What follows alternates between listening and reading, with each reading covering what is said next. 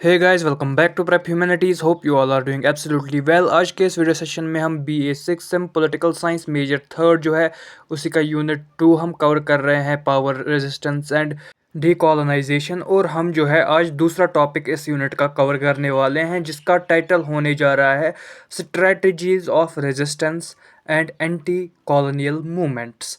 इससे पहले के वीडियो लेक्चर्स की लिंक आपको डिस्क्रिप्शन में मिल जाएगी, हमारे टेलीग्राम चैनल की भी लिंक आपको डिस्क्रिप्शन में मिल जाएगी, इस सीरीज़ की भी प्लेलिस्ट की भी लिंक आपको डिस्क्रिप्शन में मिल जाएगी। और इसके साथ साथ जो है हमने गेस्ट पेपर्स ऑलरेडी दे दिए हैं आपको 6 सेम वालों को, तो उनकी भी शॉर्ट वीडियोस बनी हुई है, आप चाहे तो देख सकते हो। सो चलिए बिना किसी देरी के आज का ये वीडियो सेशन जो है इसे हम स्टार्ट करते हैं। रेजिस्टेंस क्या होती है ये मैंने आपको पिछले लेक्चर वीडियो में बता दिया था। अगर आपने वो वीडियो नहीं देखी है तो ऊपर आई बटन में क्लिक करके जो है आप वो वीडियो देख सकते हो, और या फिर डिस्क्रिप्शन में आपको लिंक मिल जाएगी उस वीडियो की। सो एंटी कॉलोनियल मूवमेंट जो है ना, उसको इस तरह से डिफ़ाइन किया जाता है कि ये एक ऑर्गेनाइज्ड कलेक्टिव एफर्ट होता है लोगों का, जिसमें जो लोग होते हैं या फ्रीडम फाइटर्स जो होते हैं वो जो है पॉलिटिकल इंडिपेंडेंस अचीव करने के लिए जो है एफ़र्ट्स लगाते हैं और सोशल लिबरेशन हासिल करने के लिए एफ़र्ट्स लगाते हैं, ताकि वो कॉलोनियल पावर्स से जो है लड़ सके और उनसे जो है इंडिपेंडेंस गेन कर सके। सो कॉलोनियल गवर्नेंस को उखाड़ कर फेंकने के लिए या फिर जो है उससे जो है बचने के लिए, इंडिपेंडेंस गेन करने के लिए बहुत सारी स्ट्रेटजीज़ अपनाई जो इंडिजीनियस पीपल हुआ करते थे उन कॉलोनीज़ के। इंडिजीनियस पीपल का मतलब जो ओरिजिनल पीपल होते हैं किसी रीजन के, उनको इंडिजीनियस पीपल कहते हैं। सो उन्होंने जो स्ट्रेटजीज़ अपनाई वो हम डिस्कस करेंगे। सबसे पहली स्ट्रेटजी जो उन्होंने अपनाई वो थी इंटेलेक्चुअल एंड कल्चरल रेजिस्टेंस। सो इसके अंदर क्या हुआ, जो इंडिजीनियस हिस्ट्रीज़ जो है ना, यानी कि जो ओरिजिनल हिस्ट्रीज़ हुआ करती थी इन कॉलोनीज़ की, इनकी पास्ट हिस्ट्रीज़, सो उनको उनको जो है रिवाइव करने की कोशिश की गई और अपनी लैंग्वेजेस जो उनकी है उसे रिवाइव करने की कोशिश की गई। इसके अंदर ये कोशिश की गई कि जो प्री कॉलोनियल हेरिटेज हुआ करती थी, यानी कि कॉलोनियलिज्म से पहले, यानी कि कॉलोनीज़ होने से पहले जो ये रीजन्स हुआ करते हैं ना, या जो कॉलोनीज़ हुआ करती थी, जैसी ये हुआ करती थी वैसी ही हेरिटेज जो है वापस लाई जाए। एग्जाम्पल के तौर पर जो एफर्ट रविंद्रनाथ टैगोर ने डाला था, जिससे बंगाल के अंदर हमें लिटरेरी रिवाइवल देखने को मिला। इंटेलेक्चुअल और कल्चरल रेजिस्टेंस को कंटिन्यू रखने के लिए जो है नेशनलिस्ट प्रिंट कल्चर जो है बनाया गया, यानी कि न्यूज़पेपर्स, पैम्पलेट्स और नॉवेल्स वगैरह जो है प्रिंट किए गए, जिनके अंदर जो है कॉलोनियल रूल को जो है बहुत ज़्यादा क्रिटिसाइज़ किया गया और कॉन्शियसनेस जो है वो फैलाने की कोशिश की गई लोगों के अंदर। आर्ट एंड परफॉर्मेंस का भी बहुत ज़्यादा रोल रहा है कि वो जो है intellectual and cultural resistance maintain रखे।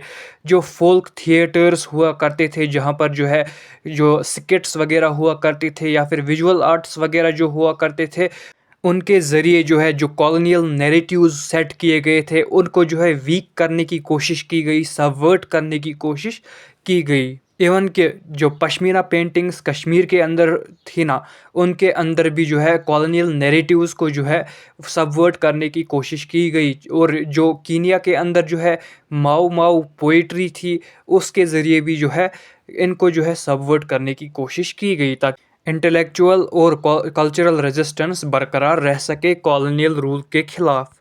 जो दूसरी स्ट्रेटजी इन्होंने अपनाई वो थी नॉन वायलेंट पॉलिटिकल स्ट्रेटजी। सो इसके अंदर जो है पॉलिटिकल स्ट्रेटजी अपनाई गई और वो भी नॉन वायलेंट पॉलिटिकल स्ट्रेटजी। आपने जो है गांधी जी का नॉन वायलेंस मूवमेंट सुना होगा, और सिविल डिसोबीडियंस मूवमेंट भी हुए, सत्याग्रह भी हुआ। गांधी जी ने ये मूवमेंट्स जो थे ना इनको लीड किया, और इन्होंने जो है रिफ्यूज़ किया कि वो जो है जो भी ब्रिटिशर्स ने जो रूल्स एंड रेगुलेशंस लाए हैं, जो भी अनजस्ट रूल्स एंड रेगुलेशंस या लॉज लाए हैं, उनके ऊपर जो है हम ओबे नहीं करेंगे, हम नहीं मानेंगे उन रूल्स एंड रेगुलेशंस को। और उन्होंने जो है बाइकॉट किया ब्रिटिश गुड्स एंड सर्विसेज को, और साल्ट मार्च भी किया 1930 के अंदर। इसके साथ साथ जो भी कॉलोनीज़ वगैरह थी उन्होंने जो है पेटिशंस साइन किए, डेलीगेशंस साइन किए। सो जो भी नॉन वायलेंट मेजर हो सकता था वो उन्होंने अपनाया। जब इनसे भी काम नहीं बना तो जो है आर्मड स्ट्रगल्स हमें देखने को मिले और गोरिल्ला वॉरफेयर्स हमें देखने को मिले between colonisers and colonised people. Example के तौर पर एफएलएन जो है वो बनी अल्जीरिया के अंदर। एफएलएन जो है नेशनल लिबरेशन फ्रंट थी अल्जीरिया की। सो इन्होंने क्या किया, इन्होंने अर्बन बॉम्बिंग्स किए, रूरल गोरिल्ला वॉर किया या फिर रूरल गोरिल्ला बेसिस बनाई। इस वजह से क्या हुआ, जो फ्रेंच पब्लिक ओपिनियन था ना, उसको जो है इन्होंने फोर्स किया कि वो जो है रिवर्स हो जाए, यानी कि वो जो है कॉलोनियलिज्म के खिलाफ हो जाए। 1954 टू 62 के अंदर ये बात हुई हो रही है। सो इस टॉपिक के ऊपर और आईएनसी यानी कि इंडियन नेशनल कांग्रेस के ऊपर जो है, इन दोनों के ऊपर आपको केस स्टडीज़ करनी है नेक्स्ट टॉपिक के अंदर।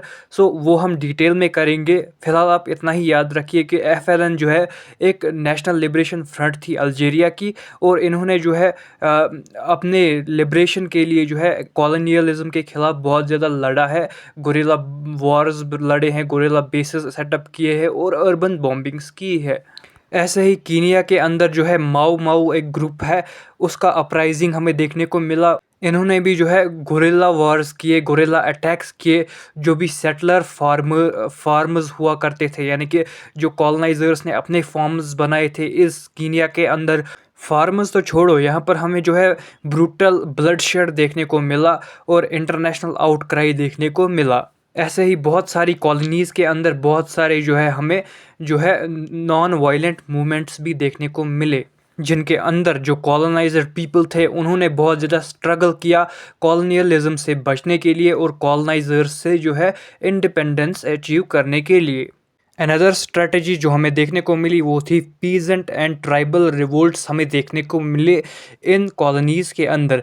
सो पीजेंट मूवमेंट्स और ट्राइबल मूवमेंट्स इसीलिए हमें देखने को मिले क्योंकि कॉलोनाइजर्स जो थे ना, वो जो है बहुत ज़्यादा फोर्स्ड लेबर कराते थे और बहुत ज़्यादा टैक्सेस की डिमांड करते थे। और इसके साथ साथ जो है ट्राइबल्स और पीजेंट्स जो हुआ करते थे उनके अंदर जो है हमें लैंड के रिगार्डिंग जो है ग्रीवियंसेस देखने को मिलती थी। इसीलिए जो है हमें ये रिवॉल्ट्स और मूवमेंट्स देखने को मिले।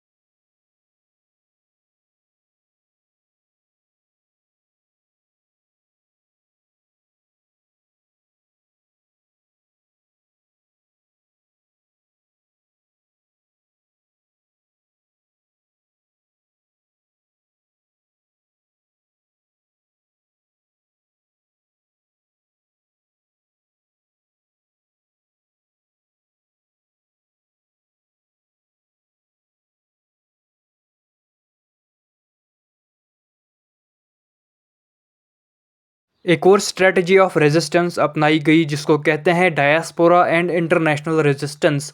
जो कॉलोनाइज्ड पीपल थे उन्होंने जो है बहुत ज़्यादा इंटरनेशनल हेल्प लेने की कोशिश की, इंटरनेशनल एलाइज बनाने की कोशिश की, ताकि वो जो है सपोर्ट कर सके जो भी इंडिपेंडेंस मूवमेंट हो रही है उनके जो है रीजन या कंट्री के अंदर। इनको जो है जो इंटरनेशनल एलाइज जो इन्होंने बनाए, उन्होंने जो है इनके इंडिपेंडेंस मूवमेंट को जो है फंडिंग, राइटिंग एंड लॉबिंग से जो है बहुत सपोर्ट किया। इसकी आप एग्जांपल भी दे सकते हो कि इंडियन स्टूडेंट्स जो इंग्लैंड में पढ़ते थे उन्होंने जो है एंटी कॉलोनियल जर्नल्स लिखे। ऐसे ही हमें जो है यूएस और कनाडा के अंदर जो है गद्दर पार्टी जो है देखने को मिली, जो यही जर्नल्स वगैरह लिखते थे और जो है सपोर्ट करते थे इंडिपेंडेंस मूवमेंट्स को जो हो रही थी कॉलोनीज के अंदर कॉलोनाइजर्स के खिलाफ। नाउ एंटी कॉलोनियल मूवमेंट्स क्या होते हैं ये मैंने आपको बता दिया है, और स्ट्रेटजीज़ क्या अपनाई गई एंटी कॉलोनियल मूवमेंट्स के अंदर ये भी हमने डिस्कस कर लिया। एंटी कॉलोनियल मूवमेंट्स क्या क्या हुए, दो मेजर एंटी कॉलोनियल मूवमेंट्स जो है ना वो हमें जो है नेक्स्ट लेक्चर में डिस्कस करना है, क्योंकि नेक्स्ट लेक्चर जो है एंटी कॉलोनियल मूवमेंट्स के ऊपर ही है। उनके अंदर जो है हमें जो है इंडियन नेशनल कांग्रेस के बारे में पढ़ना है, और जो है जो एफएलएन अल्जीरिया के अंदर बनी थी उसके बारे में भी जो है केस स्टडी करनी है। आज के सेशन में इतना ही। उम्मीद है आपको हमारा ये सेशन जो है वो पसंद आया होगा। अगर पसंद आया हो तो लाइक, शेयर एंड सब्सक्राइब करना ना भूलिएगा। Thank you so much for watching this video till the end best of luck for your exams.